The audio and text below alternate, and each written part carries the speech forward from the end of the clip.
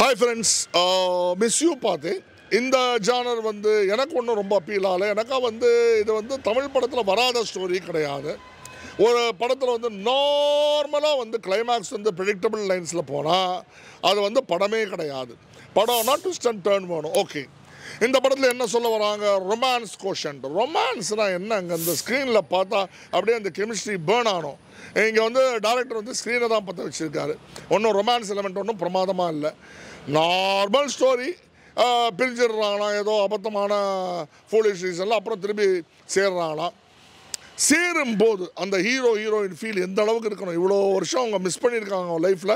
முக்கியமான element ரொமான்ஸை miss பண்ணியிருக்காங்க, லவ்வை மிஸ் பண்ணியிருக்காங்க, பர்சனல் சாக்ரிஃபைசஸ் மிஸ் பண்ணியிருக்காங்க. ஆர்டினரியாக, அதாவது லெட்ஸ் கெட் மேரிட்னு ஒரு படம் வந்தது. அதில் கடைசியில் நீல் பண்ணி லெட்ஸ் கெட் மேரிட்னு சொல்லுவாங்க. இதை ஃபஸ்ட்டு சீன்லேயே சொல்லினா படம் ஃபஸ்ட்டு சீன்லேயே ஓரல. அதே மாதிரி தான் மிஸ் யூ படம்.